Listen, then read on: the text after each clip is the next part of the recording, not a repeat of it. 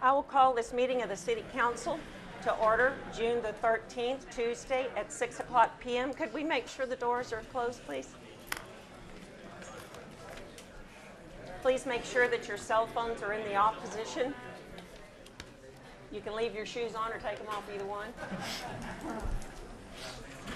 We will begin this evening with the invocation offered by Councilmember Place 3, Mary Ellen Summerlin, followed by the Pledge of Allegiance led by Curtis Thomason. You may stand if you wish.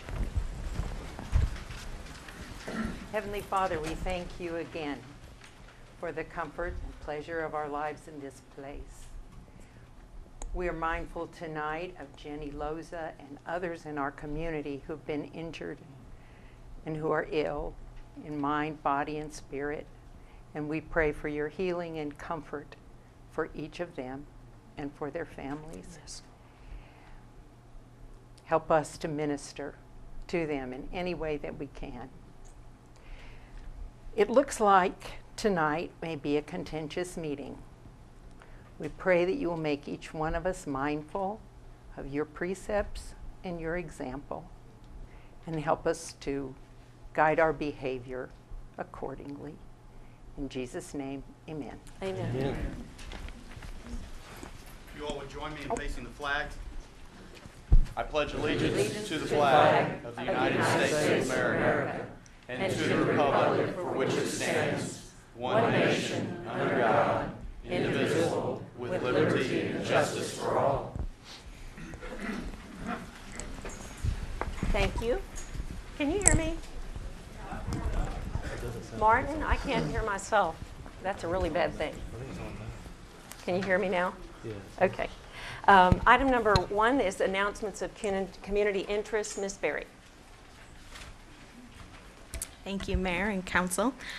First off, the City of Kerrville is partnering with Kerr County to offer residents a free opportunity to dispose of old or unwanted tires. A tire collection event will be held at the Hill Country Youth Event Center this Saturday, June 17th from 8 a.m. to noon. This collection event has been made possible by a grant from the Alamo Area Council of Governments, and due to limited funding, it will be limited to Kerr County residents only. Commercial businesses will not be allowed to participate. There is a limit of 8 tires per vehicle, and collection will occur on a first-come, first-served basis. For additional information, please visit the city's website, kerrvilletx.gov. The Kerrville Parks and Recreation Department has some fun family activities planned this weekend. On Friday, June 16th, join us for a movie in Louise Hayes Park. The movie, The Secret Life of Pets, is sponsored by the Callow Foundation and will begin at approximately 9 p.m. This event is completely free, so bring the family for a fun outdoor evening at the movies. The Kerrville Skateboard Competition is then scheduled for Saturday, June 17th at 10 a.m. The competition will be held in Singing Winds Park and is free and open to the public. You can come to skate or come to watch. Individuals ages 8 and above can participate in the competition. Entrants will have 3 minutes to perform their best skating skills. Then on Saturday, June 18th, celebrate Dad with 2-for-1 admission at the Olympic Pool. Dads will get in free all day Sunday with the purchase of a child's admission. Regular admission is $1 for ages 4 and up. The pool will be open from noon to 6 p.m. The Summer Reading Club at the Butt Holdsworth Memorial Library is off and running. Even more fun and free events are scheduled every week through the end of July for both kids and adults. All summer reading events are open to the public. You do not need a library card in order to participate. For a full list of those events, we have a calendar posted on the City of Kerrville's website, kerrvilletx.gov. You're invited to witness a rare occurrence on Thursday, June 15th during Hill Country Excavation Safety Day. Watch firsthand what it's like when an excavation crew ruptures a pipeline during a special mock line strike demonstration. This event will be held at the Hill Country Youth Event Center and is free and open to the public. Stop by between 10 a.m. and 1 p.m. for free lunch and door prizes. The mock line strike demonstration will occur just after 11 a.m. The public is also invited to attend a special dedication ceremony of a Texas historical marker in honor of Scott and Josephine Carr Schreiner at the Kerr Regional History Center this Friday, June 16th. The dedication ceremony will take place at 10 a.m., and we hope to see everyone there. The City of Kerrville would also like to make residents aware of an upcoming closure to Interstate Highway 10, which may significantly impact travel to San Antonio or other southeast portions of the state. The Texas Department of Transportation has announced that all eastbound and westbound lanes of Interstate 10 at Fair Oaks Parkway will be closed for construction this weekend. This closure is scheduled to begin at approximately 5 a.m. on Sunday, June 17th, and it is anticipated that work will be completed by 5 a.m. on Monday, June 19th. Traffic will be detoured to the frontage roads during this time, and motorists are advised to expect delays. And finally tonight, the Kerrville Police Department is currently accepting applications for the next Citizens Police Academy. This class is offered free of charge and will give you a behind-the-scenes look at the police department. This class will meet once a week on Thursdays from 6 to 9 p.m. Classes will start August 10th and will conclude on November 2nd. For additional information or to download an application, please visit the city's website. The deadline to apply is Friday, July 14th at 5 p.m. Thank you. Anybody else have any announcements from council? I do want to say that it was a pleasure to join the Habitat of Humanity dedication of their, I believe it was 104th home on Saturday. So congratulations to everyone who participated and contributed to that. It's a great thing to be able to shake the hand of someone who's finally going to be able to have a home of their own. So that was a pleasure. And thank you to Mr. Vogel and Mr. Baruti, who volunteered to be in the dunking booth for the Get Out Day on Saturday. And I'm sorry, George, that I had to do that too. No, Vince, I had to do it to you. That's right. But it was good for him, really. So I hope all of you enjoyed that. Thank you to Parks and Recreation. You did a really good job. And I think everyone had a really good time, and the weather cooperated with us. So item number 2A is resolutions of commendation to Gary Cochrane and Delayne Sigerman for serving on the City of Kerrville, Texas Economic Improvement Corporation. Would you two join me, please, and your spouses, if you'd like.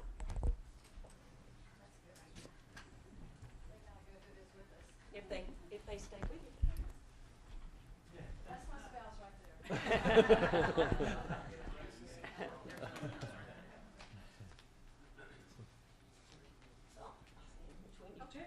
there. These recognitions are for Gary Cochrane, as we said, and Delayne Sigerman. Gary has served as a member of the Economic Improvement Corporation with a date of service beginning December the 13th, 2011. Long, long time, Gary. We appreciate it.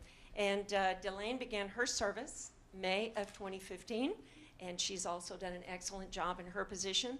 And because both Gary and Delayne have served faithfully and dutifully on said board, now therefore be it resolved by the City Council of the City of Kerrville, Kerr County, Texas, that both Gary Cochrane and Delayne Sigerman be recognized for outstanding service as members of the Economic Improvement Corporation, and that on behalf of the citizens of Kerrville, as well as for ourselves individually, we wish to express our sincere appreciation for contributions to the city and to the community, passed and approved this 13th day of June 2017. And we hope this doesn't mean it'll be the end. I know and expect that we'll see you a lot. Thank you.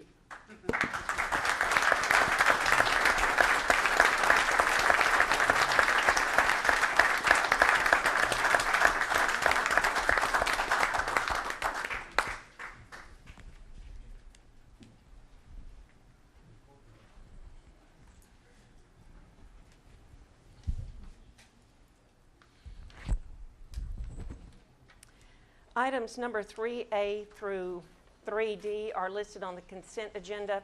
I do have one member of the audience who would like to remove item 3C from the consent agenda. Are there any other items council would like to have removed? If not, or any members of the audience? If not, I will accept a motion to approve items 3A, B, and D. Moved. We have a motion and a second. All in favor, please raise your hand.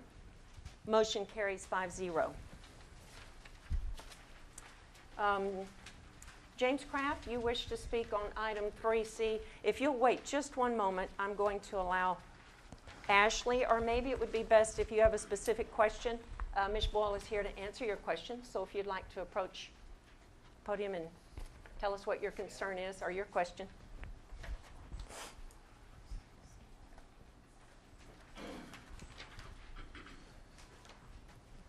Good evening, everyone. I'm James Kraft, 2783 Bandera Highway. The only item that I'd like to mention is the 3C, which is the purchase of equipment, direct purchase of equipment for $45,000 and change for the athletic complex. And the only comment that I have on that is I didn't see that that was made open to any local dealers for provision of any of the equipment.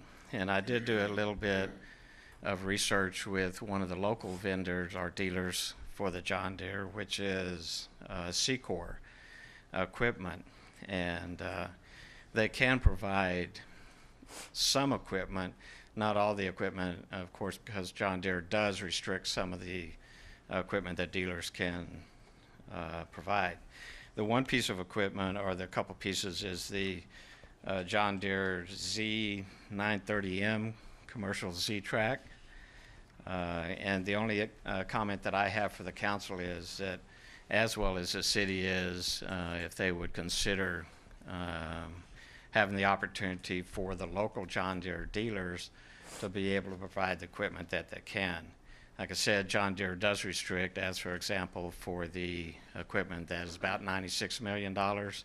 There are 3 dealers in Texas that I'm told that can provide that equipment, and they all happen to be Austin Turf. So there's no competition there. But for that one piece of equipment, I would like to see if the council and the city would entertain providing the opportunity to be, for that dealers in this area to be able to provide that piece of equipment. I did email back and forth with Mr. Hefferman about this. I did not have an opportunity to speak with him over the telephone. We emailed back and forth. He did answer the questions that I asked as far as about the lease agreement as well as the bidding, and he did answer those and indicated in the bid process that that was all going through the Texas Buy Board. And from what I understand and what was told to me by Secor is that they can deal through the Buy Board as well. So I think there's an opportunity there to keep some money in the local area, and I'd like to see that the city do that. So that was my question, Mr. Kraft. They do participate in the Buy Board? That's what process? I'm told, yes. So if you do that, I think Ashley can answer this for us, or maybe Mr. McDaniel, but I would think if anybody who participates, you would have an opportunity to see what the best buy is, and I don't know if he offered the same there, but... Well, from what I understand and the comments that were made to me from Secor is that the prices that are on the Texas Buy Board are pretty much the prices that all the dealers would provide. So you wouldn't get any different price. They wouldn't bid higher, they wouldn't bid lower. It'd be the same price. So I'm just thinking that if we can keep some of that money locally into the area, that'd be great, if that's possible. If not, then that's the way that things are. But I'm just encouraging y'all to take a look at that and see if we can do that. That's a great point. I appreciate it. Would you care Sure. to address it, Mr. McDaniel? Yeah, I think Ashley's got some information for us. Okay. Ashley? Good evening, Mayor and Council. This is correct. This equipment was procured through the Texas Buy Board, which is a public bidding cooperative. Secor does not have access to, they do not have the equipment for the bunker rank or the 2 large mowers. Therefore, we decided to, it was in the city's best interest to go with the same company, which provided everything for us. But it's certainly at the pleasure of the council. If you choose to direct us in a different path, we will be happy to do so. Any questions by council? Yeah, I've only got one. I mean, forgive me because I haven't read the details of this packet item, but how much money are we actually talking about for just that one mower? 50. 50? Well, that whole 45,000 is for the 45. one? No, but The 45 but is the for mower, 3 pieces of equipment. Right, Oh. so the one piece that we're talking about, 60. the Secor, just the one, right? Right. Okay. Okay, and part of this is also involving servicing with them, right? Is it not, or no? With For the with purchase ser- of the equipment, this is for the purchase that would be Okay. city maintaining and servicing the Okay, equipment. gotcha. Okay. Question. Are the terms and conditions under which we're buying it through the buying board versus the local provider? Is the local provider willing to accept all the same terms and conditions? Because sometimes that can be a problem for local providers. I don't know if it is in this case. James, do you know, James?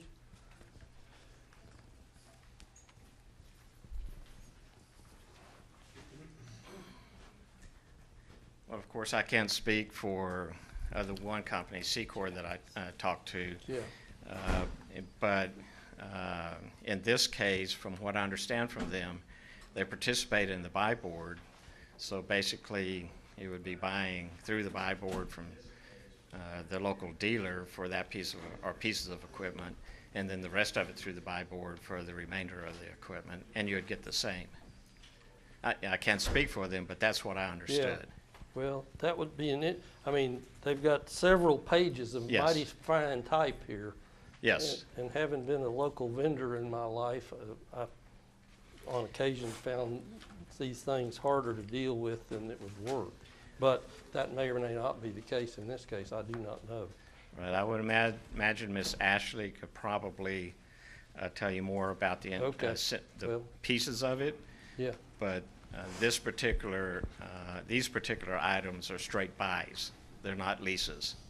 No, I understand There you that, go. but there's still terms and conditions that I would find Sure. nauseous. If I could ask Ashley a question. I'm sure there's shipping too included in that. Are we talking about the middle item or the first item? You said the turf. They do not have for the purchase of the equipment, they do not have the bunker, The Z930? they do not have the Yes. bunker rake or the two large equipments that we'll be leasing, pieces of equipment that we'll be leasing.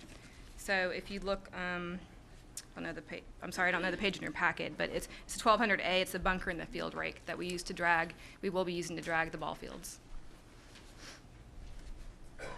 So if I'm understanding this correct, then there's no advantage, disadvantage to the city splitting this, because we're not suggesting that Secor is gonna give us a better deal. We're just suggesting that they could be the recipient of a portion of our buy board purchase, right? So it wouldn't actually negatively impact the rest of the purchase that we're getting from Austin Oh, Turf, right? They couldn't come up and say the price is different, right?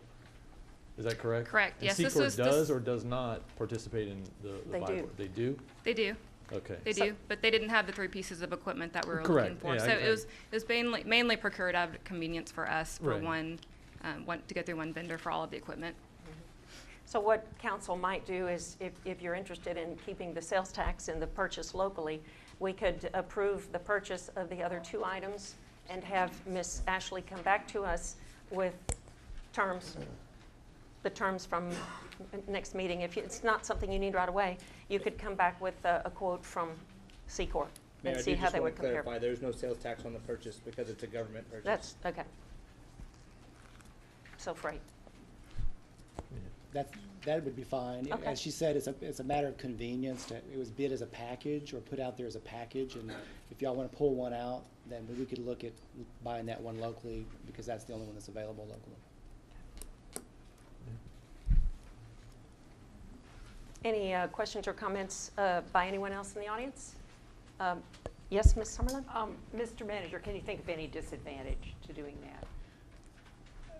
Not really. Okay. Okay, does anyone care to make a motion? I will. I make a motion that we pull we approve the purchase of the two larger pieces, and we pull the Z930M out for a separate, to come back later as a separate purchase. Quote. Okay, we have a motion. Do we have a second? I second. We have a motion and a second. All in favor, please raise your hand. Motion carries 5-0. Thank you. Thank you, Mr. Kraft, too.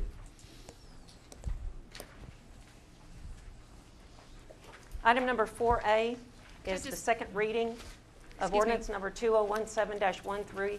Mayor? Excuse me, Mayor, if I can just clarify that motion. sorry. It's for the equipment 1200A for the bunker rank that we'd be pulling out. The one that's whatever's here locally, yes. Yes, ma'am. Yes. Okay, sorry. Ordinance number 2017-13, approving a negotiated settlement between the Atmos City Steering Committee and Atmos Energy Corporation Midtex Division regarding the company's 2017 rate review mechanism filings, declaring existing rates to be unreasonable, adopting tariffs that reflect rate adjustments consistent with the negotiated settlement, finding the rates to be set by the settlement tariffs to be just and reasonable and in public interest, requiring reconciliation and rate adjustments if federal income tax rates change, terminating the RRM process for 2018 pending renegotiation of RRM terms and conditions, requiring the company to reimburse Atmos Steering Committee's reasonable rate-making expenses, determining that this ordinance was passed in accordance with the requirements of the Texas Open Meetings Act, adopting its savings clause, declaring an effective date, and requiring delivery of this ordinance to the company and the Atmos Committee Steering Committee's legal counsel. Did Got you it. have any additions or changes? I don't. The ordinance is the same. This is second reading, so upon adoption, it'll go into effect. And you all received a bunch of information. I'm here for questions. There's a representative from Atmos, and but I recommend adoption on second reading. I just have one comment to make, council and audience. I did have a telephone call this week from a commercial real estate, not developer, he's a landlord. And he has 8 tenants that have removed their Atmos gas service from their building, from their location, because of increases each year in their base fee. So he said if you have a conversation, he's not here this evening, he would like to have us mention that. Tenants are complaining of yearly increases. And again, this is commercial, not residential. I think you referenced the rates that would be estimated to increase for commercial, which is a bit more than residences. And he just reminded us that if you lose customers due to increases, you won't have the customer base that you did before. So I don't know if you care to address that, but he did ask that I read that. And that was Joe Ray that made the telephone call. Would you? Okay. You're welcome to defend.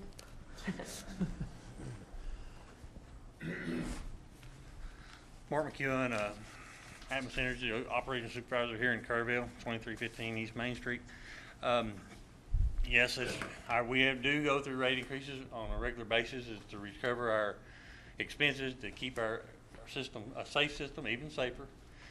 But that being said, even especially in the residential area, in 2007, the average customer bill was $2 less than it is today. You can't say that about any other utilities.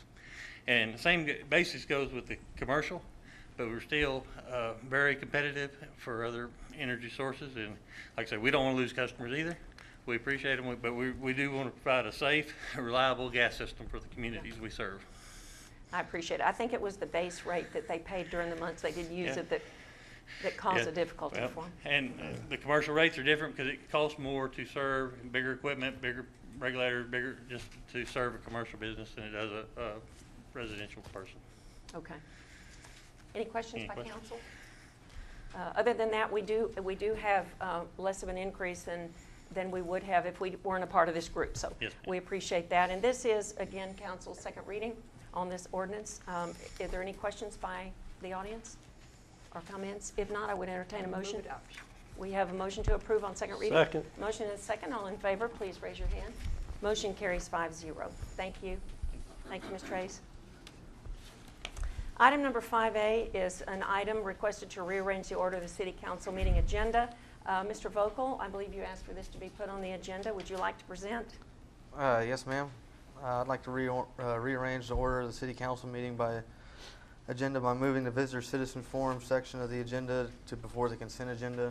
It's something I campaigned on. It's something a lot of people in the community asked me to do, and this is what I'm trying to. This is what I'd like to do. I didn't see a problem with it before. I think we can move it to the front. Okay.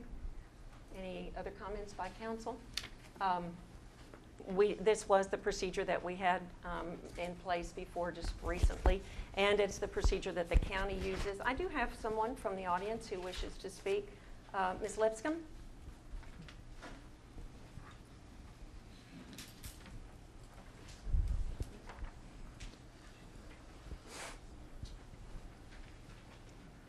Carolyn Lipscomb, 909 Lake Drive.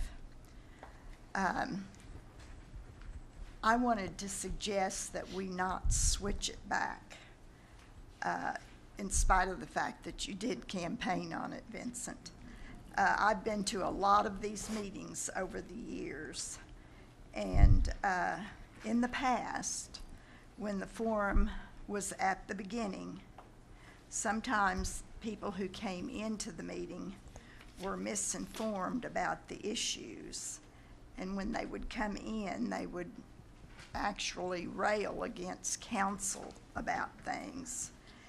And as soon as they said what they had to say, they left oftentimes, and they did not hang around to really hear what was being said or to learn anything about the issues through the council discussion.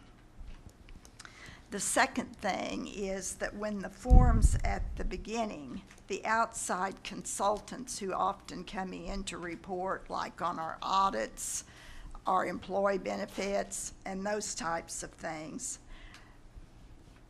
they have to sit through all of that from the Visitors and Citizens Forum. And if we don't have anybody, that's fine.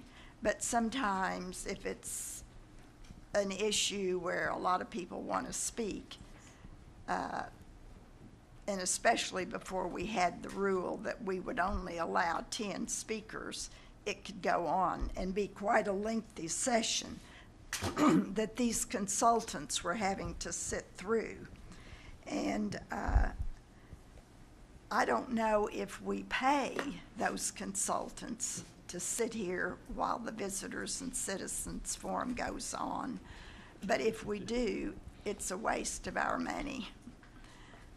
Thank you. Okay. Any other questions, comments by council or the audience? I guess in addressing that, Ms. Lipscomb, I can see pros and cons to both ways. But if we do have the option in a meeting to move forward any agenda item for convenience that council has a consensus to agree to do. So those kinds of things, if we do have somebody waiting, and we have from time to time taken advantage of that opportunity, I do tend to lean towards having them at the beginning because, number one, it's historically what we've done, and number two, we do have on our agenda, on our website, that we do consider citizens first. And quite often people come with something that they have on their heart that they want to make a statement about. They know it's not on the agenda. Possibly it will be. They expect to come back, but they don't have any particular interest in agenda items ongoing, the nuts and bolts. So I guess in my point of view, as a convenience, again, I can see it both ways, but as a convenience to the citizens, one thing I would like to consider in the future, and maybe council will, it's not on the agenda so we can't propose it, but it used to be 3 minutes, and somewhere along the way it got changed to 4.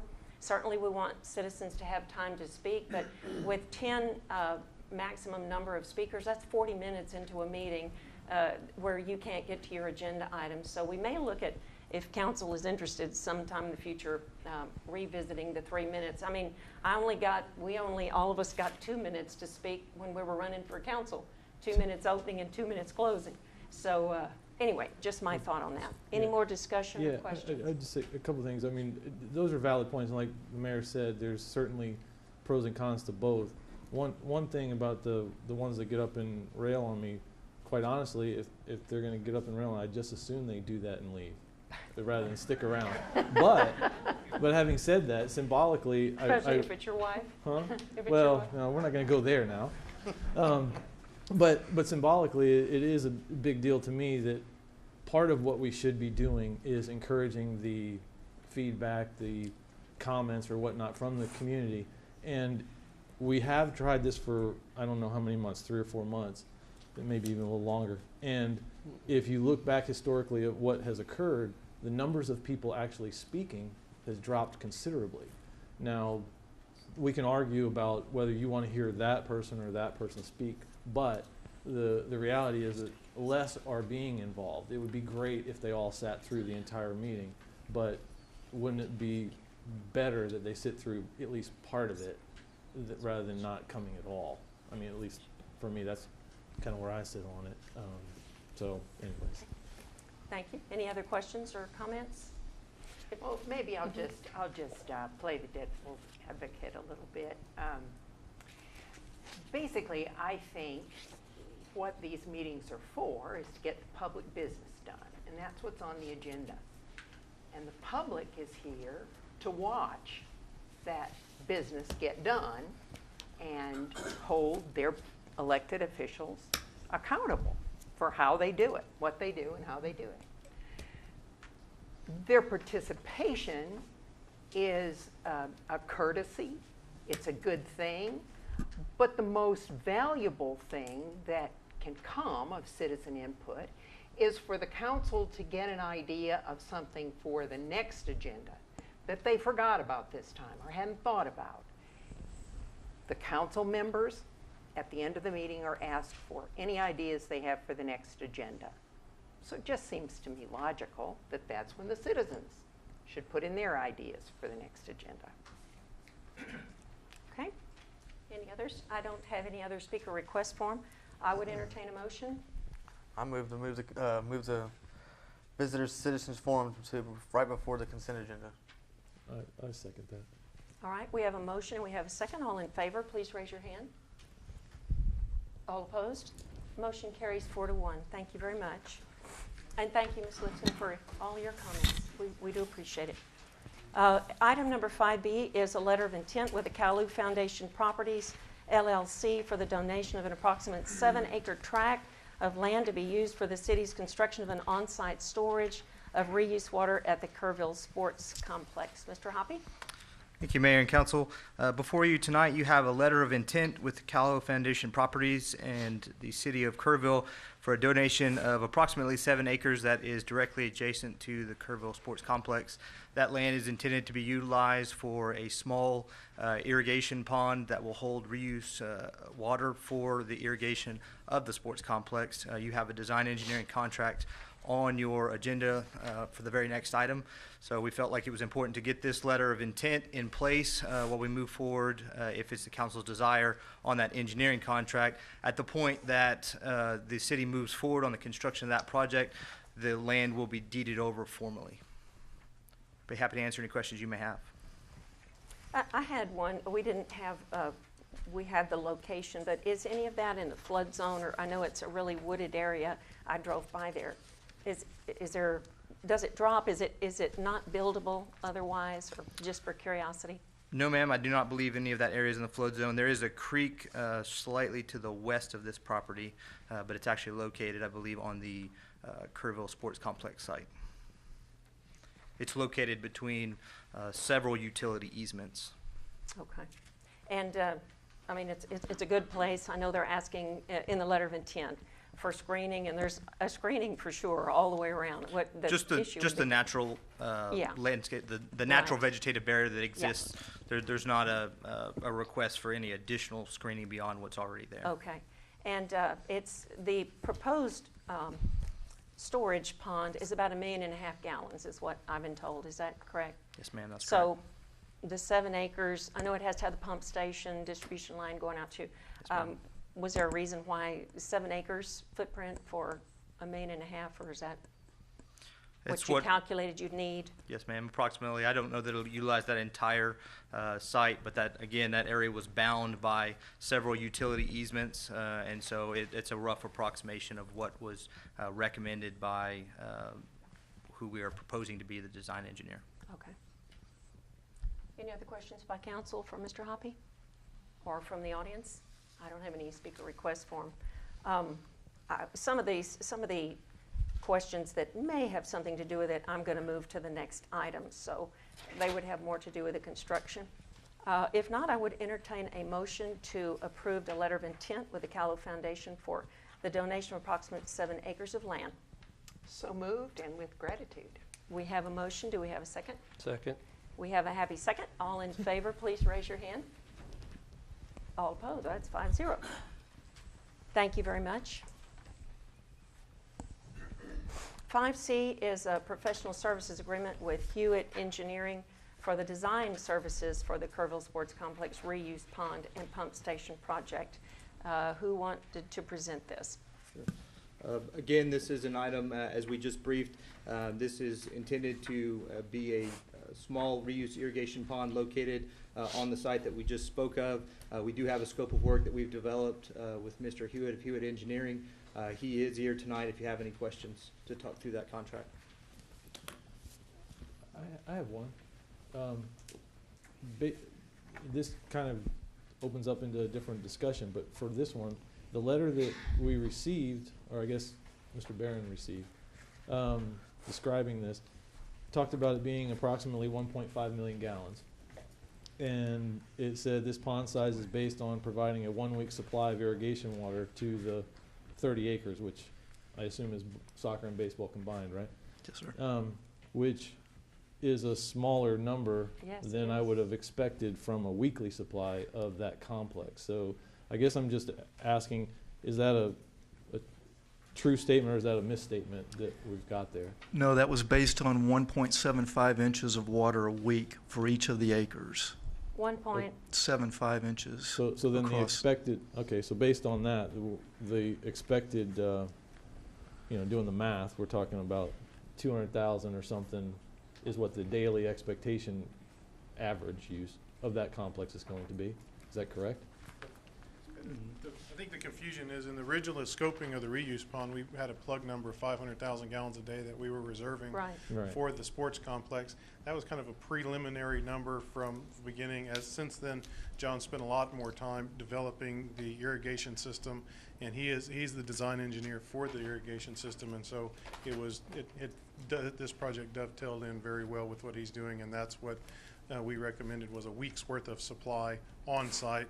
And it came out, he ran the numbers for us and it came out to 1.5 million gallons. Okay, so we are, just to be clear, we're getting away from the complex needing that peak 500,000, 500,000 gallons a day we've abandoned that as an idea, right? Well, it'll still be available, but for what we're designing this for, we can use more, but it's just the design is a 1.5 million gallon pond. We can flow more water through it if we need to, if it's a period of drought or a period of high demand for whatever reason. We'll have that water available. Or we could say, hey, after a year's worth of grow in or what have you, that water may be sold to another customer or something else. Gotcha. Just for the audience knowledge, it was interesting. I didn't realize that the pond was not in the original plan or budget for the athletic complex. So this particular project will be funded at this point by the reuse project, which we've had some discussion about internally. We have a lot of discussion in the past about what's general fund, what's water sewer. If it's used by general fund, it should be funded by general fund. But so that council and everyone understands, it's currently a $500,000 budget for under the scope of the reuse project. I did try to have a discussion with staff members about whether or not it was suggested to me by another resident that we might save about $2 million if we could re-enter or utilize the well, a city-owned well at Holsworth and Harper Road. And that is in proximity to the athletic complex. We looked into that. I believe now we've discovered, we thought it was a plugged well, an abandoned well, but now we've discovered it's a production well. Is that correct? And we use it, so we use it in our water distribution system currently. Is that correct? Yes, Okay. that is correct. Well, my thought kind of went down the drain or down the pipe, whichever way you want to look at it there. I was hoping, because the effluent line is going to be about $1.5 million, and the plans have changed a little bit, the design there I see. And the pond is $500,000, so that's quite an expensive undertaking to store the effluent. So I was hoping that there would be an alternative idea. Actually, the permit for our groundwater is not utilized much at all in the city of Kerrville. And maybe if I had hoped that maybe we could still use that particular well when we're not entering that into the water distribution system. But while your eyes are rolling there, Mr. Barron, we are... No, ma'am. I thought it was a grand idea to try to save money. But actually, in the meantime, Cromex was awarded the contract, right, for the entire distribution system. Yes, ma'am. Yes, ma'am. So even though we had a discussion about maybe, because EIC is funding that line, and justly so, that if we did a line from this well, freshwater well, it would have to be funded by general fund. However, I don't see why, because it's still an economic development project that EIC could fund. So that's just something for y'all to play around with. You have jet lag, so you may not want to do that. No, But- no, ma'am. My eyes are rolling because I think the whole point is to get the big irrigators on reuse water, not potable Yeah. water. Every Well- gallon we save is a gallon people can use. Yeah, that's true. And again, we'll get to this later, but the amount of water, there's been a misconception. The amount of water saved by using the effluent is very minimal. Even Mr. Parton said that a long time ago, but it is some. So, but the option at this point, I don't think is available because we've already begun the work from the effluent pond at the Shriner Golf Course to Holsworth Drive for this. So, I wish, maybe we could have looked at it earlier. And maybe in the future, if there's an issue and other customers want to use the reuse water, there's a possibility of that well in the vicinity. And we still need a pond, I assume, for distribution and the design. There's a lot of options there, if that's the desire of council to use the groundwater.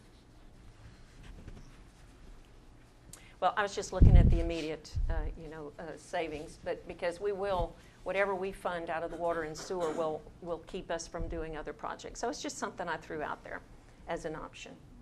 Any questions or comments by council for Mr. Barron or Mr. Hewitt? I did see that the scope of the work includes the survey that Calu asked for. Okay. It also includes plating. There was some question about whether plating was included, but it Right. is. Okay.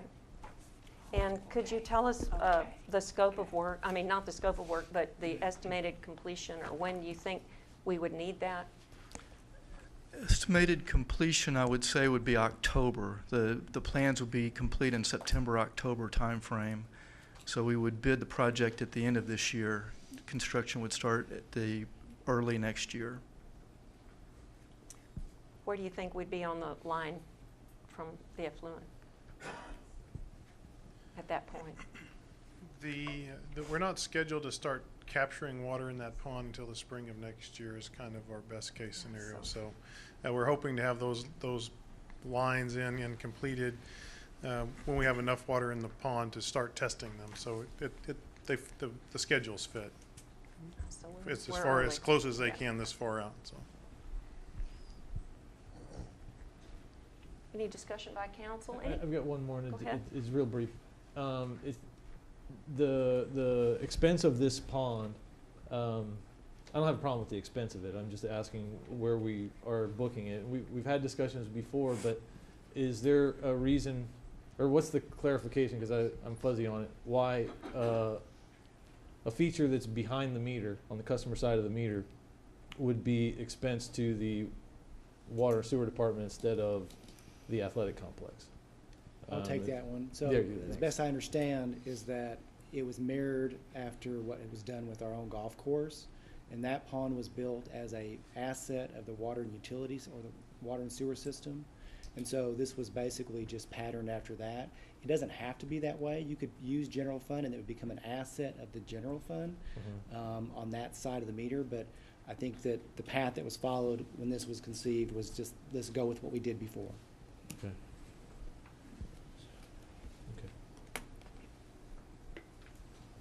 Talking about the city golf course, it might be the appropriate time to mention that most of us got a letter indicating that there was a need for more water on the city's golf course. Just put that out there for thinking as we talk about using water for a variety of needs. As long as this passes by the auditors as appropriate, I think the price is appropriate and the work is appropriate. Yeah. That's all I would be concerned about. Yay? Okay. No more questions. I would entertain a motion to approve the professional services agreement with Hewitt Engineering. I move that we approve the agreement. Second. We have a motion. We have a second. All in favor? Raise your hand. Motion carries 5-0. Thank you. Okay, 5D is to establish a process for interviewing and considering applicants for appointment to boards and commissions. I'm sure Ms. Craig will have something to say about this. And an introduction sort of to this, I think that The reason this came about initially, Ms. Keeble, when she was on council, saw a need to establish a process for maintaining an interview committee, probably to make sure that applicants for all the boards, and at the time there were a lot more boards than we have today, to make sure that applicants were indeed interviewed by someone. And so, Ms. Craig has a number of questions here that she's asked us to consider to make life easier for her and for us and for the applicants. And I'm glad that she did, and I appreciate it. Do you have anything you'd like to say? Just if you can answer those questions, Okay. I'll be real happy. We will take that one at a time, if you will. And yeah. I've got another issue with it to add to the list. here, Okay, when- all right. When I the think time's right. it's pretty open-ended here, I think, Ms. Ferguson, so I think we Well, can. Yeah. the thing that I have observed in looking at a number of these lists of people is that I think we ought to change the requirements for what is required, because there are several cases where people have filed an application and they don't have much to say about what their qualifications are for the job at hand. And I just think we need to put some marks in there, like little asterisk marks like you see in a lot of forms, that these must be filled out to be called legitimate applications. And that would include things about the job at hand and their experience in that area. And so I would... And I think some of them actually require that by ordinance, you know, Well, especially the building board. I think they should all require that. And right now, the ones I've seen have not required that. Now, maybe I've missed some, but I think I would be happy to work with whomever to get those included. I think that'd be a great idea. I think, Warren, you're going for something I wanted to add, and that is let's remodel that application completely. Yeah, well. When I filled it out, I thought, oh my goodness, didn't I just answer this? And it was 2 pages later. It seems repetitive in some things, or maybe it's just not crystal clear what kind of things each category is asking for. So let's take this opportunity to revise the whole thing and then more strictly require it. This is the process for interviewing and considering applicants. So let's do this. Why don't we put it on a future agenda to assign a committee of council, however we want to do that, and maybe one of you two could put that on there and just, you know, put a summary statement of what you want to do and how you want to revise those. I think that would be great, and then we could discuss that at that time. Right now, Okay. number one, she wants to know, are applications required before a person will be considered? Sometimes she says staff is asked to just submit my name. Policy has been that an application is required before a name is submitted to council. I don't know if everyone would agree, but I certainly would agree that an application. Well, it's Do an we have a consensus there? Yes, Okay. it's an application and it needs to be 100% complete. Okay, so Not we have a just- consensus there, Ms. Craig. Number two, is there a deadline for persons to submit? Currently, the deadline is 5 p.m. Wednesday preceding the scheduled appointment. This gives the council members time to interview applicants. I agree with that. I think that's a Yep. good policy. That's good, Consensus, okay? I think we have a consensus. Jump in there if you raise your hand if anybody has a question. Does council wish to create interview teams? If so, which council members will be on the teams? So in the past, she makes a note that the teams consisted of the liaison member plus one council member on a rotating basis, but we've done away with the liaison members to the council. So I had a wonderful little formula somewhere here. Does anybody have something they would like to suggest? If not, I have a little formula. Do you think it's important, number one, to have an interview team? Yes. Yes. I Okay. think that's a good way to Do do you it. think it's important? I don't, but I'm prepared to be silent about that. Okay. Vince, you have, okay. I think it's important, so I would tend to agree. I would think that would make a consensus. Is that all right? So we have that. Now, how do we do it?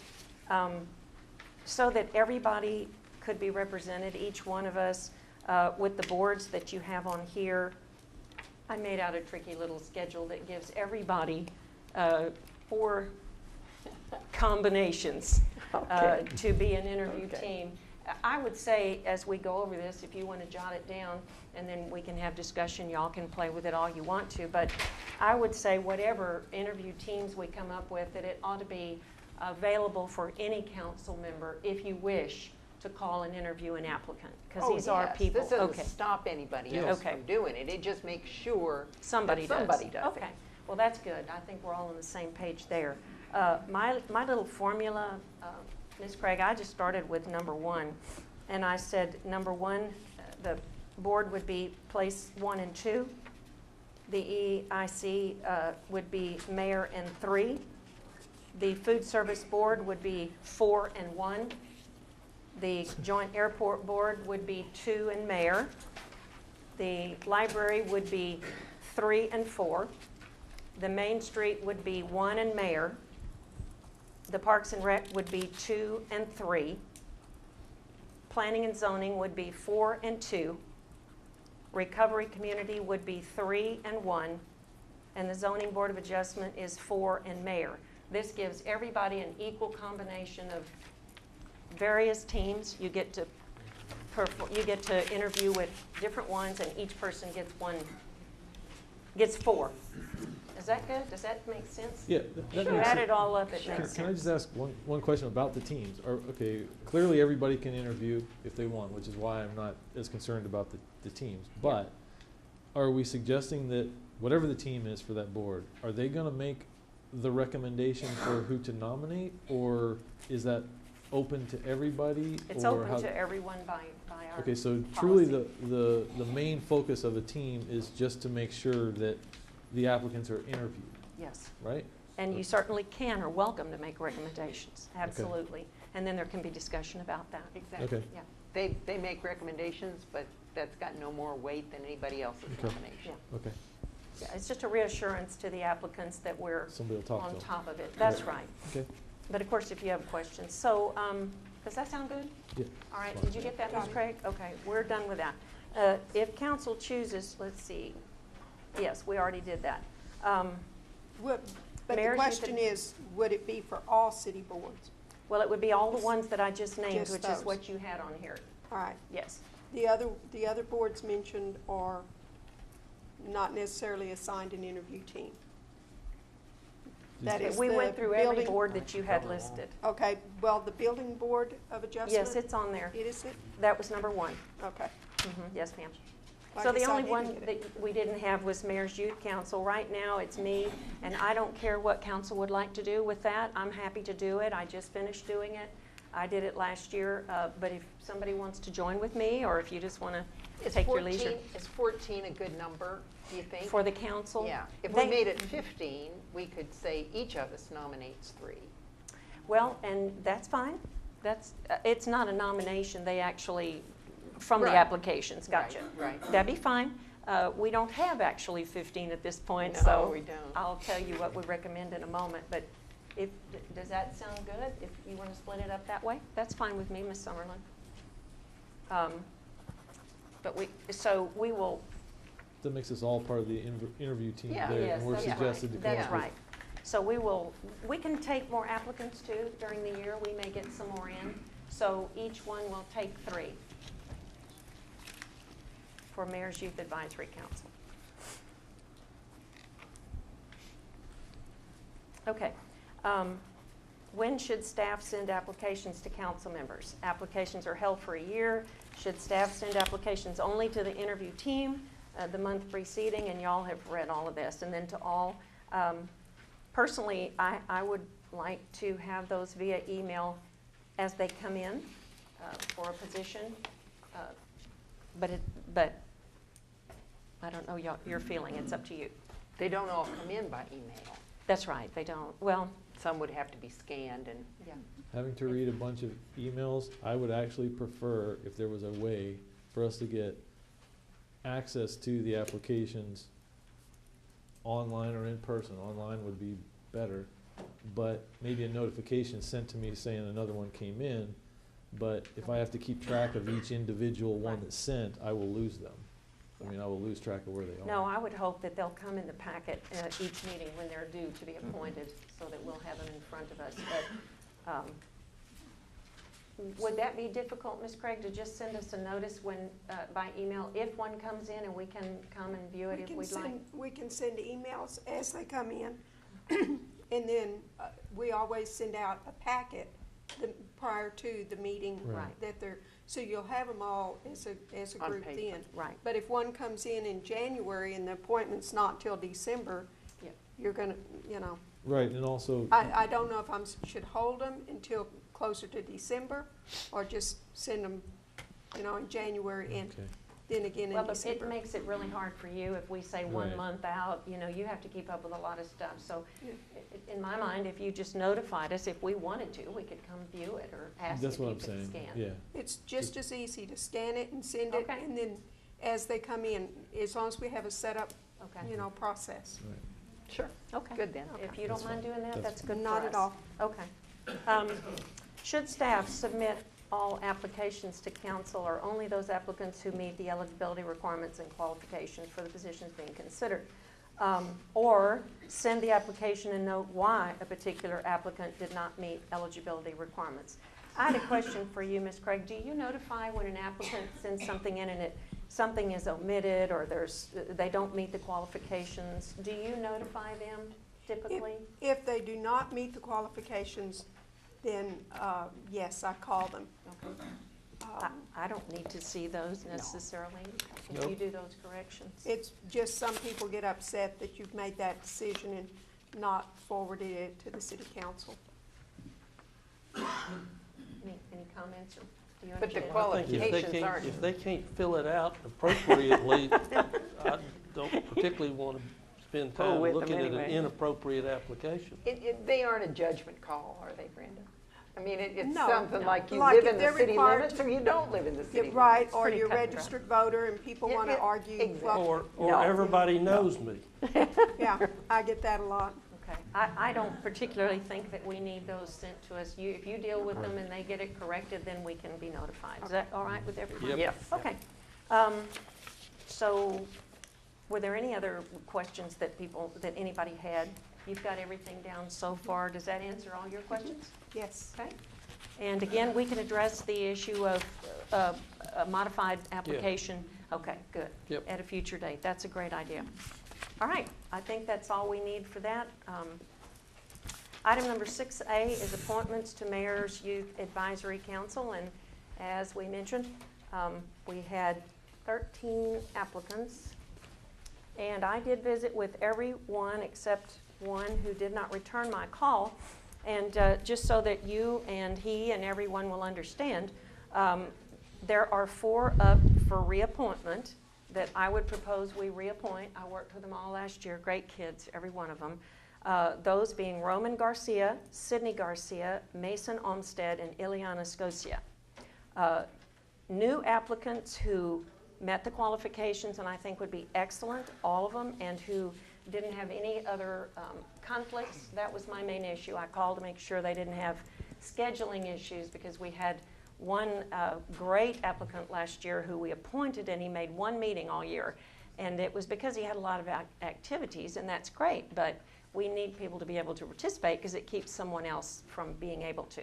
So I'm making a motion that we reappoint the 4, and in addition, appoint Chloe Keene, who is Robert Earl Keene's daughter, by the way, and Jinjun Lee, Kayla McCutcheon, Molly Murphy, Mason Roberts, Jet Traylor, our only 9th grader, Maria Hall, Jessica Tran, and Aiden Smith as alternate, because there was a conflict with band and other things, and that was going to preclude participation.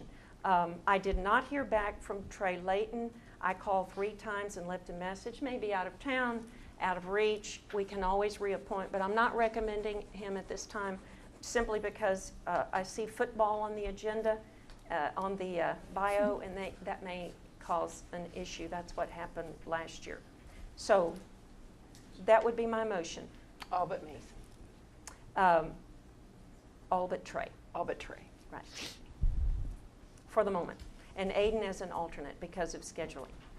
Is there any discussion or questions for me? Or, Second. Okay. We have a motion and we have a second. All in favor? Please raise your hand. Motion carries 5-0. Thank you. And item number 7, discuss and consider actions on the reuse or reclaimed water project, which all of you who remained are here for, and that's fine. We appreciate that. I just want to make one clarifying remark. We have a number of speakers, and we'll be certainly entertaining those, but I want you to understand why we're here, and you may be surprised at why we're here. But if you'll bear with me, as many of you have attended these meetings already know, there have been a number of questions and issues surrounding this project since its inception.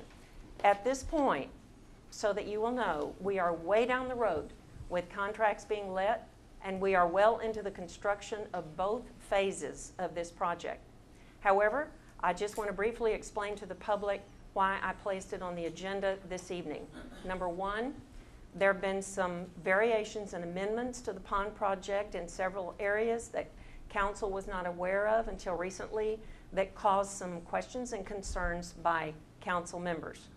Number two, the County Commissioners wrote to FEMA with concerns about the Clomer and possible future flooding on county property from this project, asking that FEMA not include their property on any flood map revision that would show it to be in a flood plain.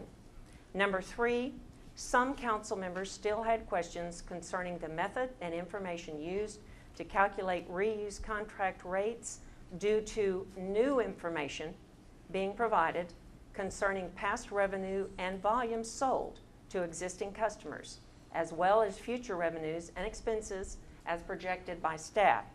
So without going into too much detail, but because you came and took the time to do so, Council recently was made aware that there was an issue when excavation began in which subsurface or groundwater was discovered at much shallower depths than anticipated.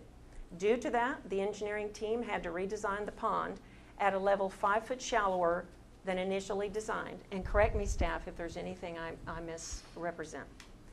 This caused about a month's delay for redesign and diminished the capacity of the pond by an estimated 10 million gallons. It also decreased the availability of dirt to use in the berm walls, much of which was to come from the excavation on the pond site. At the same time, we have continued to try to resolve issues concerning conflicting numbers involving past sales of effluent water to existing customers, both in terms of volume and price, which was critical to accurately make proper decisions regarding the establishing of a proper sales price for new and returning customers, which numbers have been amended since customer contracts were signed. All that having been said, I met with the city manager, as have others. I met 2 weeks ago to discuss where we were in the project and to talk about, with these changes, what it would cost to finish the project out at its current stage of construction. At that time, rough estimates indicated that we could service the sales contracts that we had adequately with the current size of the pond and possibly save $1 million plus the contingency of $2 million. However, there were some concerns about legal issues that might arise from reducing the size of the contract as awarded.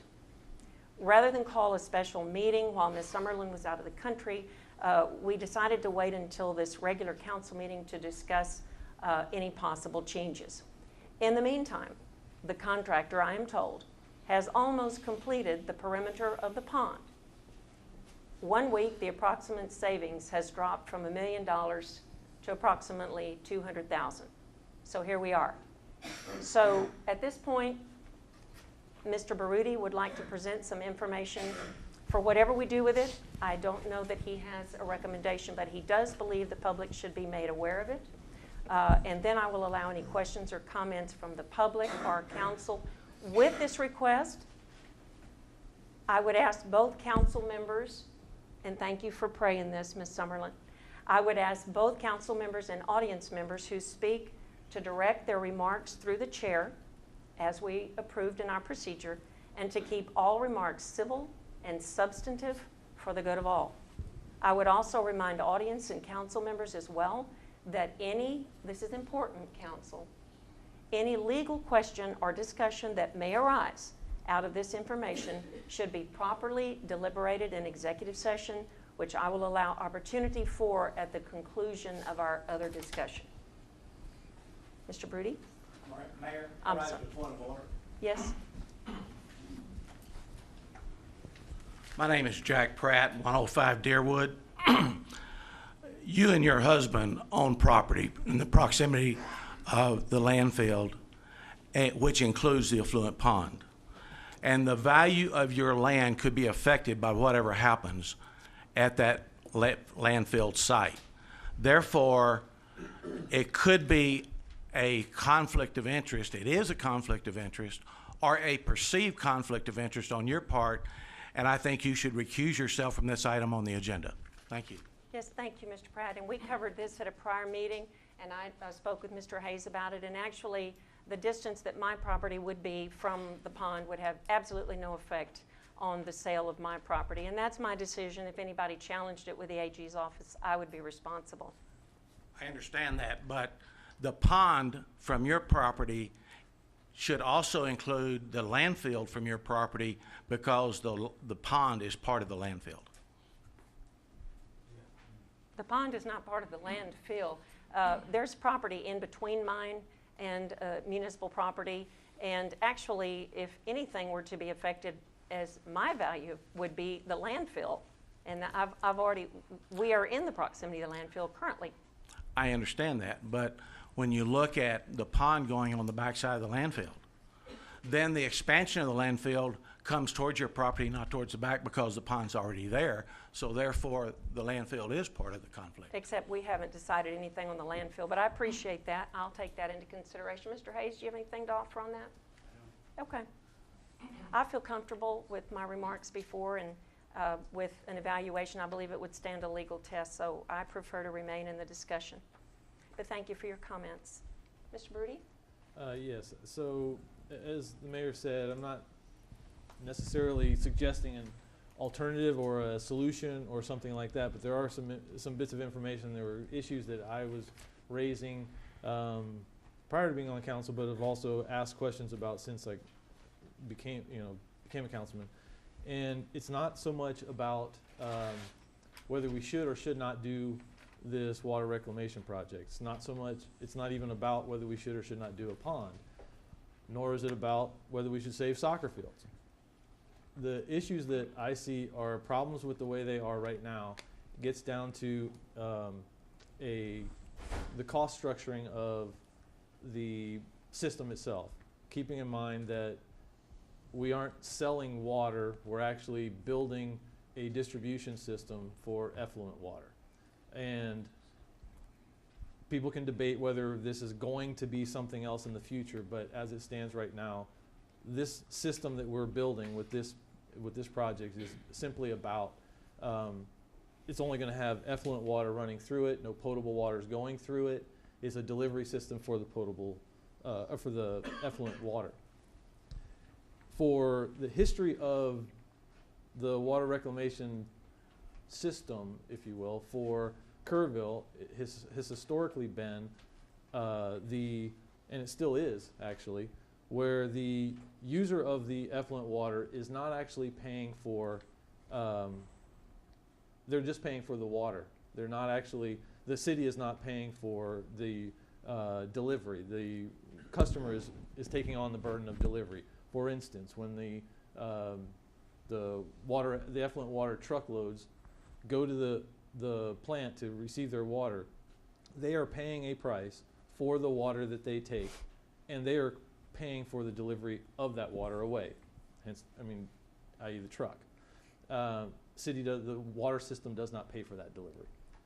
Prior to these recent discussions and actions taken where the user contracts were created with, most recently, 2 months ago, a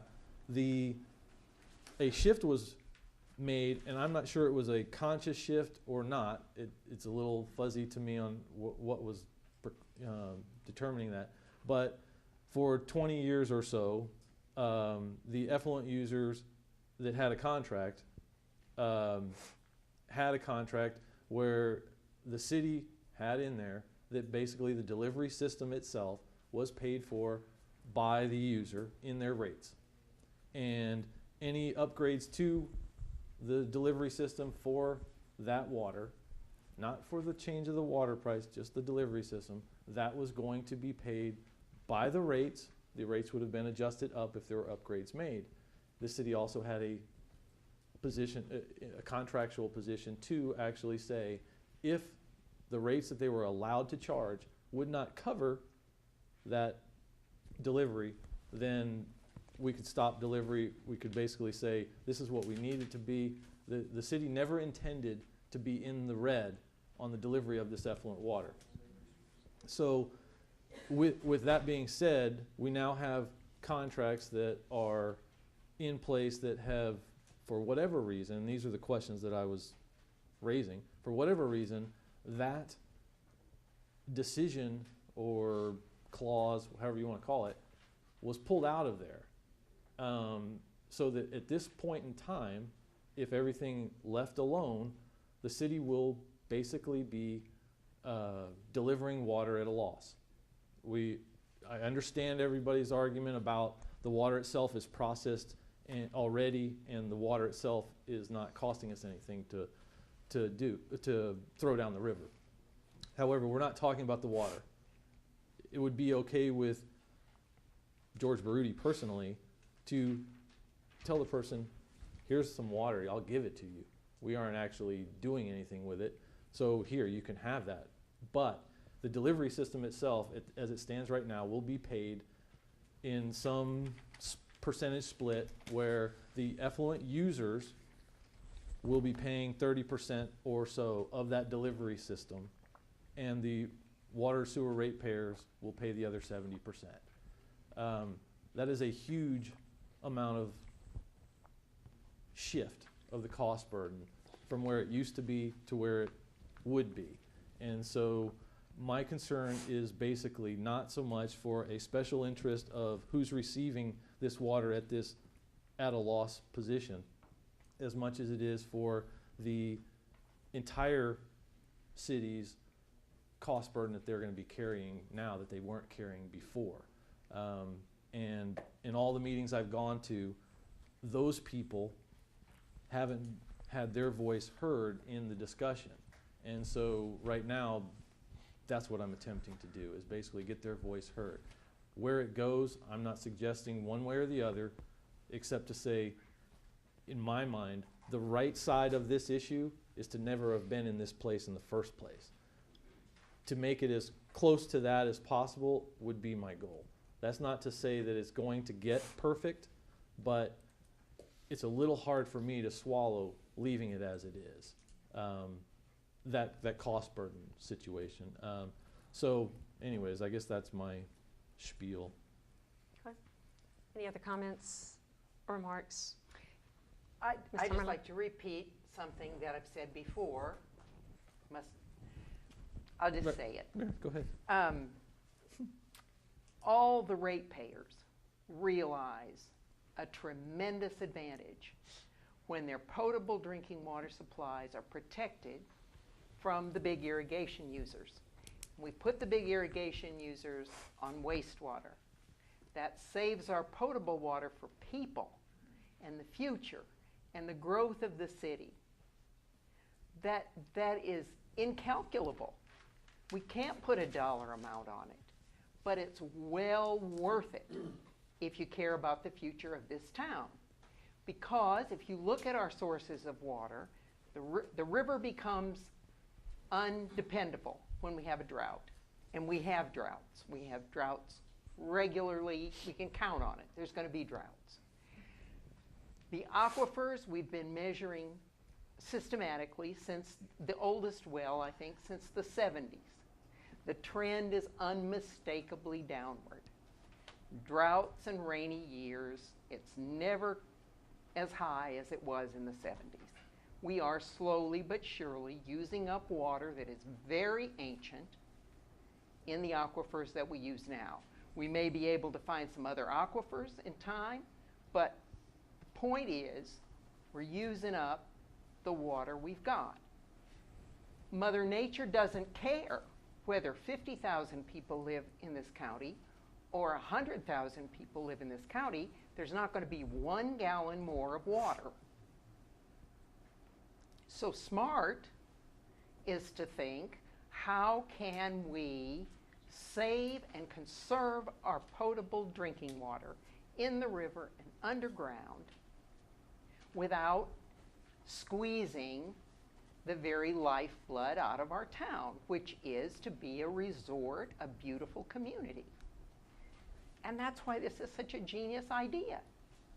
And if it doesn't pay for itself in dollars and cents over the next 40 years, it will pay for itself in saving the water supplies that we have to depend on. I'm going to reiterate just one more time that the amount of water that would be saved of potable is really negligible. You know, it is something. There are other processes that, for instance, El Paso uses for the effluent. I think what Mr. Baruti is saying is that people just need to understand wherever we are, we're late in the process in this, but the people need to understand that we are going to be subsidizing all the water. Sewer ratepayers are going to be subsidizing this project to the tune of $400,000, progressing downward to about $250,000 by 2027 a year. So I think what Mr. Baruti is saying is that that burden is going to be placed on all of the water and sewer ratepayers, and I believe all he was asking, and by the way, these are numbers, as I've mentioned before, and we're not going to beat this again, but since some of you are new here today and haven't spent the hours that some of us have researching all of this, the numbers that were used to calculate were estimates. Some of the numbers that we are basing this on for consumption, these customers have never consumed. They might. We might hit a place where they do, but we are inflating those numbers, and we have not inflated our numbers on the expense side. For instance, there will be sump pumps on the pond. There will be higher volume pumps that we install. There's going to be more electricity usage. The expenses are going to increase. That was not calculated, as far as I can see, into the equation. The other argument, everybody, and some of you may be here to say, is DPR. This is not the best way to go with DPR. In fact, if we do enter that phase and do hit a crisis situation where we have to use our recycled excrement and pea water for drinking, it will be an absolute last resort and will probably be done a different way because of the chemical change that takes place in the pond. So right now, it was presented in the design, and I can show you the verbiage, as an irrigation project. And it is. That's what it is. It's an irrigation project. That's why I was trying to look for other ways, maybe to water the athletic fields, because that'll require a lot of water. So I think all Mr. Baruti was saying, and some of us have said, is, gee, it would have been nice if we could have at least broken even to get this water to the customers. We didn't. We haven't. And that's where we are. We're in the project. It's in construction. I think I'm not speaking for you, Mr. Baruti, but I think that he just wanted the public to know there's been a lot of misconception about this. So let me say one more thing, because it's not exactly, that didn't paraphrase me exactly right. Okay. One, when you talk about the build cost of it, it's not $200,000 to $400,000 a year. It's closer to $800,000 to $1 million a year for 20 years, is what the Water and Sewer Department is picking up above and beyond. Divided by 20 years. No, over 20 years. Each year, we will lose on the payout of this project, even when you discount the EIC money away. You know, pull that piece out of the puzzle. Based on the rates that are going to be paid by the effluent users, we will be in the red $800,000 to $1 million a year for 20 years if you want to pay out that debt. The ratepayers will be paying a small portion of that, but they won't be paying a portion of that. That's what will be left after we take in the revenue that we will get. So, and it's not about whether we're running in, whether we make money on the program or not. The issue is about who's going to bear the burden of that. Whether it's going to be something where we have shifted drastically away from a effluent delivery system that was self-sufficient, because it was, to a system that is not self-sufficient, and the person picking up the tab for that insufficient funds is going to be the water sewer ratepayers. Now, having said that, that's really the focus that I have. And it's not about, I'm not saying the water system, to save the water or to attempt to make use of the water is a bad thing. If we're going to retroactively look back and say what we should have been conserving water all along, and probably shouldn't have built the athletic complex simply because we didn't have the water in our system to provide it. But that's a separate thing. I'm not going there right now, but that's kind of where, if we're going to conserve the water or be about water, that's what we should have been focused on. Right now, it's just a matter of, I got to look at somebody and say, you've got to pay for them, and I got to tell them what is the value. So you say the value is invaluable. Well, that person that's paying for it can tell you how much it's worth, because they're going to be paying for it. So we need to do better if we're going to explain to them why they need to do it. We need to give them reasons why that are more specific than just water is gold. Or everybody knows that, but there is a number we can put on it. Put it on there so we could have that discussion. And if we're going to talk about economic development as far as this goes, then that should have been part of the discussion. It was not. The council voted on this as if it was a DPR solution and an effluent solution, and that's how we came up. That's how Mr. Parton came up with his percent, or at least that's what he said. He came up with 70-30 because of something that's a little more confusing to explain, but it was based on 70% for DPR and 30% for effluent. And again, that 70% doesn't exist right now. So how do I tell those ratepayers, you know what, you're paying for this. I can't tell you why. I can't tell you how much it's worth. All I know is you got to pay it. Well, you don't think all of us in here are ratepayers? We absolutely are. We are. But prior to this, so is everybody else in the city. Everybody in the city is a ratepayer. Correct. Going to be paying a part of that. Correct. Right. But prior to this, and we're going to get some of the benefits that will come from it in a variety of ways at the different places that are using that water. Okay.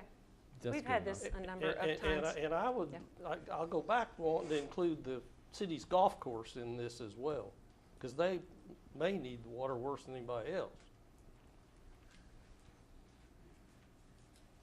Oh, I'm sorry, was that the end? Yeah, I thought you had more to say. That's the end for right now. And as far as potable users, you know, right now Comanche Trace and River Hill use river water quite a bit, and will as long as they can. They'll use both. Shriner University, no, they've been using potable water. It would be a help to them. Athletic, of course, would be a pretty good user of water. So that'll be some, but again, it's negligible as far as conservation. It is some. So we've discussed and discussed and discussed this. There was some new information that came that changed some values on here. There were some changes that happened to the design. I just wanted you to know that we now do not have the capacity that we did when this was originally designed because of those changes, because there were some archaeological difficulties there. So that was my purpose in putting this on the agenda this evening. If there's no more questions, would you like to hear from the citizens? We have a number of speakers. Mr. Livermore? Yes.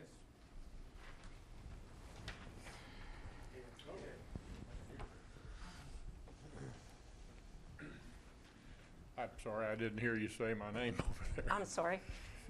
Thank you, Madam Mayor. I just want you to say that this, I totally echo what Councilmember SUMMERLIN has just pointed out.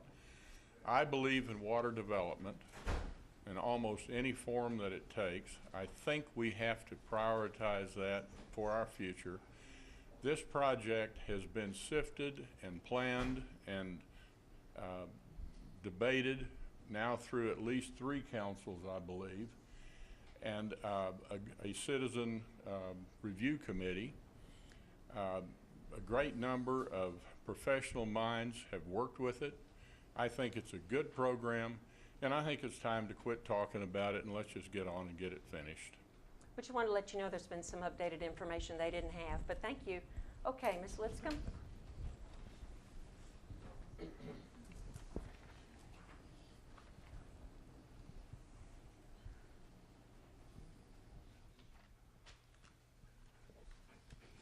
Carolyn Lipscomb, 909 Lake Drive. Well, I just wanted to restate that since I've lived in Kerrville, we've been through multiple droughts. And at this point, I don't even have a yard or plan on having a yard because we get cut off from the water when there's a drought, and you can't water, and we probably shouldn't be. So whatever weeds come up, that's what I mow. But by treating the sewage for reuse, for irrigation, and getting the big users on that, perhaps in times of extreme drought, because you're going to almost have to let the golf courses have their water, because those bring in people to the city and are part of our economic base here in Kerrville. A university that needs water, again, a university provides a good tax base, because a lot of times the instructors make good money and they contribute to the economy. So I can't foresee Kerrville not having these things. And if we can get them on the reuse water, it may not make that much of a difference when we're in a season like now where we've had plenty of water, although I noticed we're now about an inch behind for the year. And so all I'm saying is that anything that we can do to preserve our potable water when the river master starts cutting us off, I think that's important, because if we don't have water, nobody's property values are going to be worth anything anymore. And an interesting side note on that, Ms. Lipscomb, I just gave an article that I read to my city manager that one thing that may come up in the future is, speaking of water masters, Matagorda Bay citizens are up in arms because there's an off-channel reservoir upstream that LCRA has constructed, and it's keeping that effluent from going downstream, and so they're losing their river down there. So it may be something we have to see in the future. Also, water masters are very powerful. You're right. Okay, Mr. Schrader.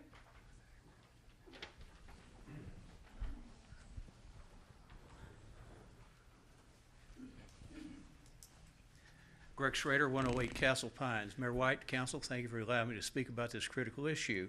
I represent the River Hill Property Owners Association. We once again would like to express our support for the current water reuse plan.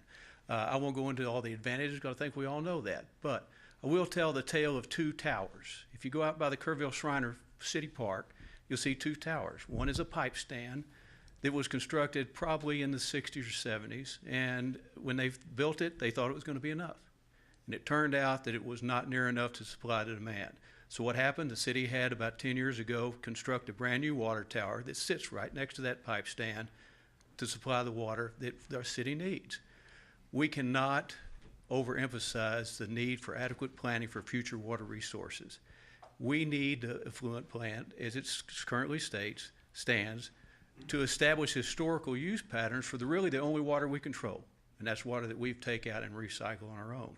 So, once again, I would like to support all the current plan, and I'd like the ones that are here that also support the current plan to please stand.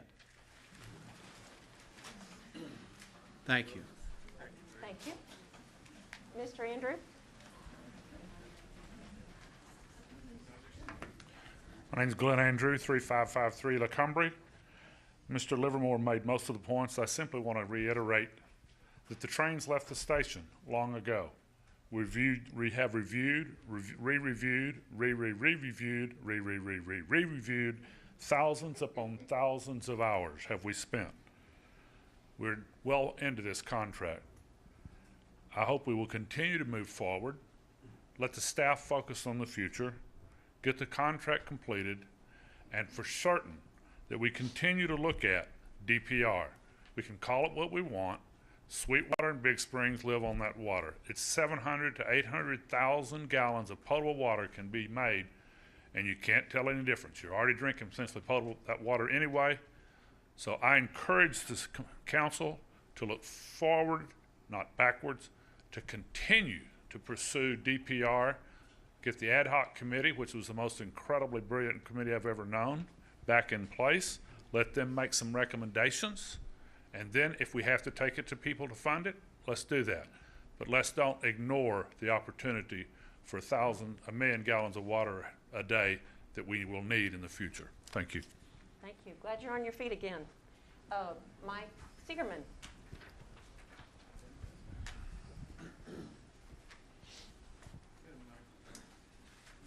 My name is Mike Sigerman. I live at 4000 Comanche Trace Drive. Obviously, I live in Comanche Trace, and you know, this is an interesting thing we're going through with this reuse water project, and a little history on it. It's been discussed and analyzed for almost 5 years. It's been approved by 3 city councils. It was approved by, I guess, 3 city managers ago. We had a city manager and assistant city manager that were in place when this ad hoc committee was put in place, which they approved. I assume the city staff, the public work director, the city engineer approved the project.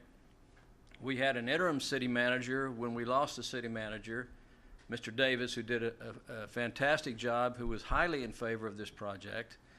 We now have a new assistant city manager and city manager, and I don't know where they stand on this project. I would really, as a citizen of Kerrville, like to know where they stand in the interest of transparency.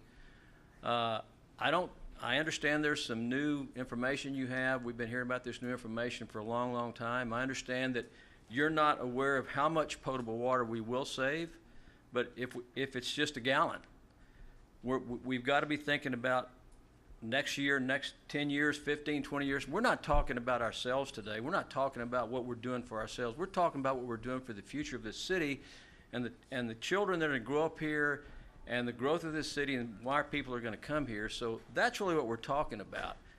I'm personally interested in the interest of transparency, where each one of you guys is my representative, who I assume work for me. I don't work for you. The city staff works for me. They don't work for you. I would be totally interested in knowing where each one of you guys stands on this, so we can put this to bed and find out, do we have 2 new city council people here that are, as I've heard, and I've heard this stated by someone that's in this room here, as soon as we get control of this city council, we're going to cancel these contracts. That's not rumor. I was standing there when this gentleman said that.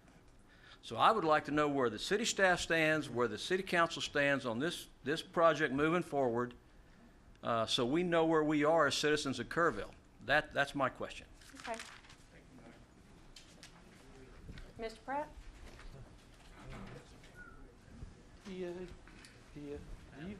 Again, Jack Pratt, 105 Deerwood. I support everything that's been said thus far, so I'll try not to go back into those same issues. But one thing that I think that we all need to be cognizant of is that years ago, the fathers of, not the fathers of this community, but the leaders of this community came up with a brilliant idea of drilling ASR wells. We were the first city in the state of Texas to create ASR wells. ASR wells, for those of you not familiar with it, are aqua storage wells, where you take water out of the river, you treat it, and you put it down into the well, and you save there until you have a drought and you have water for the future. We now have 3. We have 2. We've drilled 4. We have 2 producing ASR wells. And every ratepayer is paying for those ASR wells, paying for it, but they're not being used right now because we don't have a drought. So same analogy as you brought up. thank goodness we have had some leaders in the past who had forward thinking about the need of water for the citizens of Kerrville years ago. And we're going back more than 10 years on ASR wells. We were also, correct me if I'm wrong, weren't we the second in the nation in ASR wells? Second or third in the nation in ASR wells. We have always been leaders in storing and preserving our water and providing for our kids and grandkids in the future. So I encourage you to stay with the program. Thank you. Commissioner Moser. Can I say one response? Certainly. Okay, to Mr. Pratt. You're talking about the history of it. It's actually what I was focused on when I was bringing up my argument. Historically, the effluent system was self-contained. Why change that? It was really my question. So I'm actually with you on staying the course on what we've done in the past, not trying to shift drastically away from it. That was really my point of my analogy. Thank you. Tom Moser, 240 Ranch House Road, Kerrville, Texas, and County Commissioner for Precinct 2. I'd like to address 2 points. Number one is the rate at which water is sold, the prices, and things to consider. And number two, conservation of potable water. And I've sent each one of you a letter last Monday. I don't know if you've read it, but I'd like to read it into the record, if I may. It's reuse non-potable water is important to the entire community as a way to conserve fresh water, a limited and critically important necessity for life, and it's important to the economy. As you consider the construction of the reuse water reservoir and distribution system, I encourage you to consider water conservation and the total economic value, and not just the revenue generated from selling the non-potable water. Case in point, 2 private golf courses in Kerrville, River Hill and Comanche Trace, both are large sources of revenue for the city and county. My rough estimate of the positive economic impact of River Hill subdivision, including the golf course, is approximately $8 million per year. That's based on ad valorem taxes, sales taxes, guests coming in, a whole slew of things.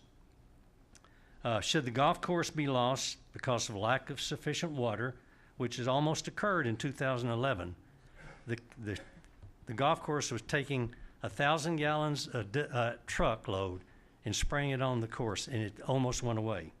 The impact of the loss of that golf course to our economy, the city and the counties, is about $6.5 million a year. If that golf course goes away, that's the revenue that's going to be lost. You need to consider those types of things as you do the economic analysis.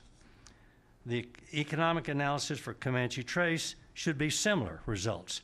I have not done that for Comanche Trace. I don't know if anybody has. I think Mr. Trevor Hyde would probably like to do his own. I'm not representing Comanche Trace, but it's going to be of the same order of magnitude, I think. Please consider this as you assess the economic value of providing reuse water to these facilities. I'm sure you're aware of golf course uses, each of these golf courses use 700,000 gallons of water per day average. It's not desirable to use potable water for this purpose. Sufficient non-potable water could be supplied from the planned system. The planned reuse water facilities are important to the city of Kerrville and Kerr County, especially Precinct 2. I want to make one other point, if I may. And I think several people have mentioned we've got to conserve our water. I live on the east side of the county. I drilled my well in 1995, drilled it 780 feet deep. I set the pump 120 feet underwater where the first water was. That water level has dropped 80 feet, okay? If somebody mentioned it, I think Mary Ellen said that, it's going down and down and down. Go look for the headwaters, groundwaters, look at their data. We've got to save every bit of water we can. We do not need to put potable water on golf courses or on sports fields or any place else that we can use non-potable water.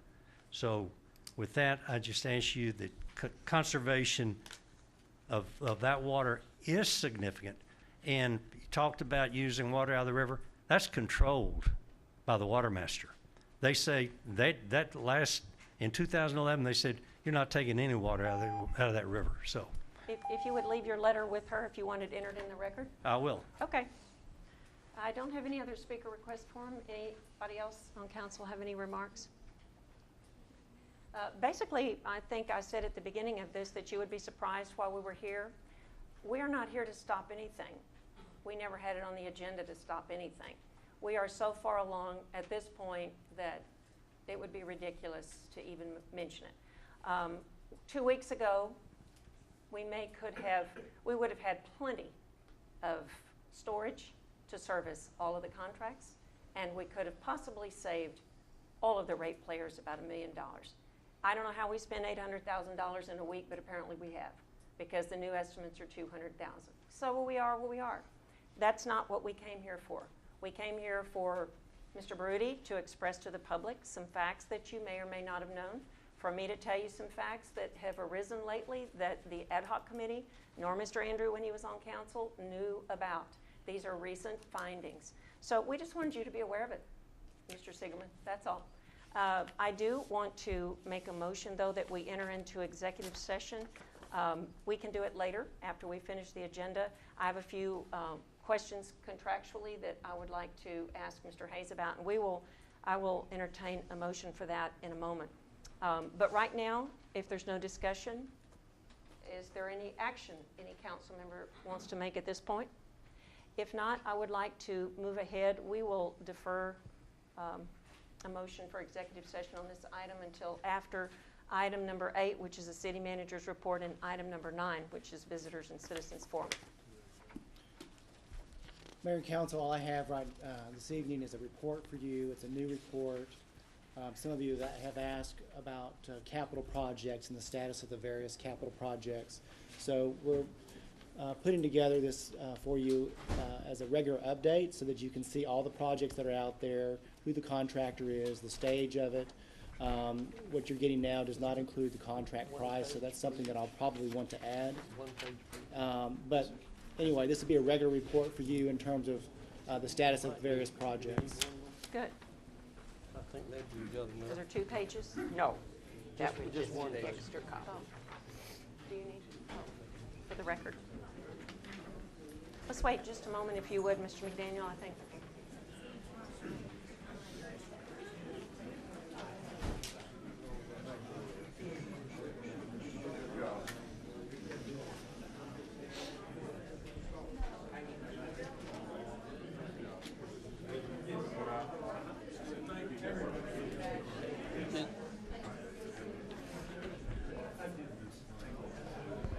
Hey, what's this? Annual rainfall. Yep. Flip it over. But if you Go one more. another chart, I guess it's 2 or- more. Yeah, there's another chart. Is it right behind that first one? Yeah, there you go. every once in a while we have a wet year. Yeah, we do. Every once in a while, we have a wet year. But if you would superimpose this on Headwaters data about the depth of water in the aquifer, you would see that the recoveries are never Quite the same. quite as high. Yeah. Well, that's, And they're always slow. yeah. It takes 2 or 3 wet years to let's bring get that. back a dry year. Okay, let's get the doors closed, and Mr. McDaniel, I'm I sorry have, for I the have interruption. nothing else, Mayor. That's Huh? it. That's it. Just Oh, the you just want to CIP. hand it out? Okay. Any questions on any of this, or is this just for our perusal and we'll get to talking about it in the budget? Yeah, if you have any Okay. questions about it, I'd be happy to answer them later. Okay, later. Very good. Item number 9 is visitors and citizens forum. I have one speaker request. Mr. Andrew? Glenn Andrew, 3553 La Cumbrie. I would like to have entitled mine, Kerrville City Council's Transparency Takes a Big Hit on the Chin. Transparency has often been a watchword cited as a necessary characteristic of good government at all levels. In fact, transparency was one of the major tenets in the most recent city council election here in Kerrville. All of us would agree that transparency is mandatory in good government. But our friend Mr. Transparency was pummeled and hit with a blindside haymaker in May 23rd Kerrville City Council meeting. In particular, the EIC nomination process, as executed by places 1 and 2 council members and the mayor, demonstrated a total lack of transparency. Let us review the actions that were taken that night. When it came time for EI membership appointments, Councilperson SUMMERLIN provided her rationale for nominating the 2 incumbents who had terms remaining, those being Ms. Sigerman and Mr. Stafford. It has been the practice to reappoint individuals unless that person has some egregious behavior or excessive absences. None of those applied.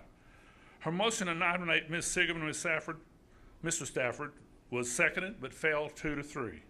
Immediately, Councilperson Vogel nominated Mr. Naaman, Mr. Cooper, Mr. Baruti, and Mr. Stafford. The slate was seconded and was not one word of reasoning as to why they were nominated, as to their skills, experiences, capabilities. It was approved. That's not transparency by any stretch of the definition. These calculated actions raise at least 2 questions which the public has the right to hear the answers. First, what skills, capabilities, and experiences are offered by the 3 new EIC members would exceed or at least equal the experience, skills, and capabilities offered by incumbent Ms. Sigerman. Her knowledge and first-hand experience were tossed aside with no explanation. Secondly, the action begs the question of how 3 city council persons knew exactly whom they wanted to elect and not elect with 0 discussions. Offer 4 names and they're elected with no information shared with no other council members or with the public. As minimum, this offers a huge perception of pre-meeting discussions among the 3. I don't know if it happened, but I know the appearance of impropriety is there. And we've been reminded numerous times by Mr. Kraft on the eye of the government that appearance is so vitally important, not just the actions. Further, only City Council Person SUMMERLIN chatted with Ms. Sigerman about the future of the EIC. No other person interviewed Mrs. Sigerman. Typically, each person is interviewed by a councilman, or at least a subset of the council interviews the applicant. Somehow it was known she was not to be reappointed. With not one word of explanation and a bothersome set of actions, it is clear that transparency was simply a campaign slogan. So to our friend, Mr. Transparency is now bloodied and bruised, awaiting the next opportunity for these 3 city council persons to act independently and openly. Will real transparency return to this council, or have we set a standard at a new low? Thank you. Thank you. We can't discuss, but I'll be happy to address that in an email to you, and others may as well. I've already asked the question and got no answers, so. Well, we can't discuss in a citizens forum.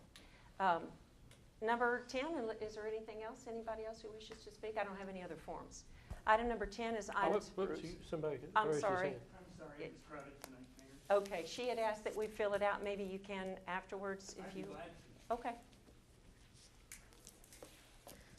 Bruce Strachey, 821 Earl Garrett, and I'm just back here again to talk about how great Kerrville is, and we've seen in the last few weeks all the really wonderful things that are happening downtown. People are starting to really think about the arts and music and crafts and think about bringing more retail and restaurants downtown, and we're seeing them open.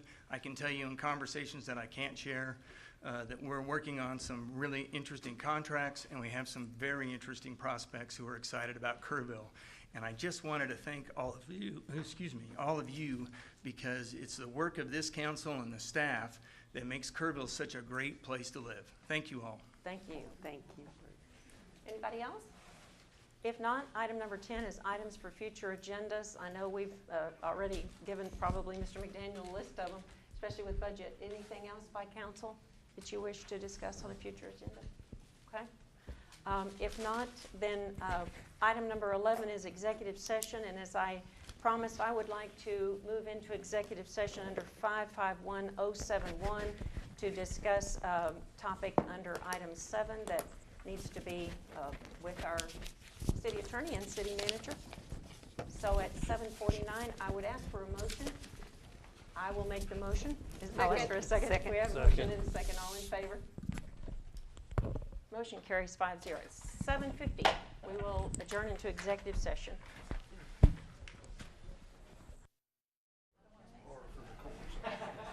Let the record show that council, I'm sorry, let me get my mic on. Let the record show that council is back from executive session at 8:26, and for the record, there was no action taken in executive session. Item number 12 is action on any item discussed in executive session, if any. Does any council member have anything to move? Yes, sorry, I would like to make a motion. I feel like I don't mean to have a speech in front of it, but I feel like I would be remiss if I didn't say this. I would like to make a motion that we look at the user contracts of the water system and review them for two things. One, the legality of whether we've violated the Article 3, Section 52 of the Constitution, as well as putting the water and sewer department, water and sewer fund on in the red. So that's my motion. Do you want to be specific about how you would direct that? Do you direct someone to do that? I'm essentially directing staff. That's my motion. If someone has a better way of doing that, if that means we're looking at an outside counsel to do that, that's fine. I'm not making that specific of a motion. Is there any second to the motion? Can you just not have a conference with Mike and go over those things? I think that's what I was going to amend. If you'd like to make an amended motion, that's kind of what I was going to suggest. Amend away. I mean, I have no problem listening to what.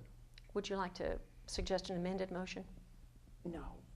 Okay. I can't think we need a motion. That's what I'm getting at. Couldn't George just visit with the city attorney? I can, but I don't know if if that does anything other than, I guess the suggestion then is that I have a discussion with him, and if something is decided, then I have to come back next meeting or something clarify. Like that. With that. Yeah. Right. I suppose I can do that. I mean, it kind of leaves the door open, doesn't it? I mean, isn't that what people wanted to move on and get focused? I don't have a problem doing that. That's okay. fine. All I right. can pull Would you back like the- to withdraw your motion then? Sure, Okay. I'll withdraw the motion. All right, and that's what our understanding is, that y'all will confer, and it's not something that would have to be done immediately anyway. That's you know. fine. Okay. That's fine. All right. Any other discussion? If not, I will adjourn at 8:28.